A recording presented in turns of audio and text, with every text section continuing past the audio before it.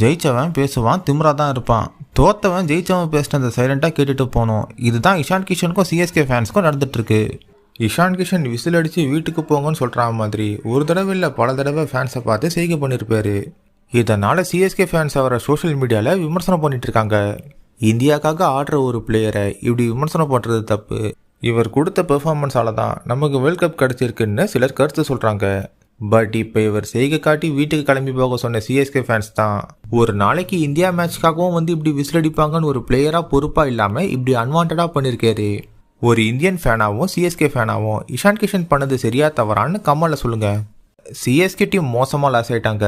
ருத்ராஜால தான் இந்த சீசன் போச்சுன்னு மறுபடியும் ஃபேன்ஸ் எல்லாம் அவரை குறை சொல்லிட்டு இருக்காங்க.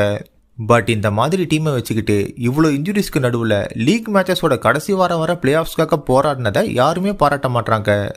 சிஎஸ்கே டீம் மேட்ச் லாஸ் ஆகிறதுக்கு பல ரீசன் இருக்குது. பட் ரொம்ப முக்கியமான ரீசன் என்னன்னு பார்த்தா கேட்ச் ட்ராப் பண்ணுறது. தோனி இந்த மேட்ச்சில் ப்ளே பண்ணி ரிட்டையர்மெண்ட் அனௌன்ஸ் பண்ணுவாருன்னு எதிர்பார்த்தா அவரும் வழக்கம் போல் ட்விஸ்ட் கொடுத்துருக்காரு. இந்த பக்கம் சிஎஸ்கே மேனேஜ்மெண்ட்டும் வழக்கம் போல் தோனியை வச்சு நல்லா டிக்கெட் சேல் பண்ணி நல்லா கல்லை கட்டிட்டாங்கன்னு சொல்லி விமர்சனம் வந்திருக்கு.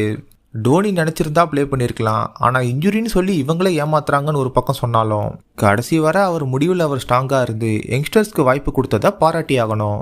இந்த மேட்ச்சில் எஸ்ஆர்ஹெச் டீம் வின் பண்ணி பிளே ஆஃப்ஸ்க்கு குவாலிஃபை ஆனது மட்டும் இல்லாமல் குஜராத் டீமும் இப்போ பிளே ஆஃப்ஸ்க்கு குவாலிஃபை ஆகியிருக்காங்க. ஸோ இப்போ 4th பிளேஸில் எந்த டீம் வருவாங்கன்றதுல தான் போட்டி இருக்குது. உங்கள் பாயிண்ட் ஆஃப் வியூ படி 4th டீமாக எந்த டீம் குவாலிஃபை ஆக வாய்ப்பு இருக்குன்னு கமெண்ட்ல சொல்லுங்கள்.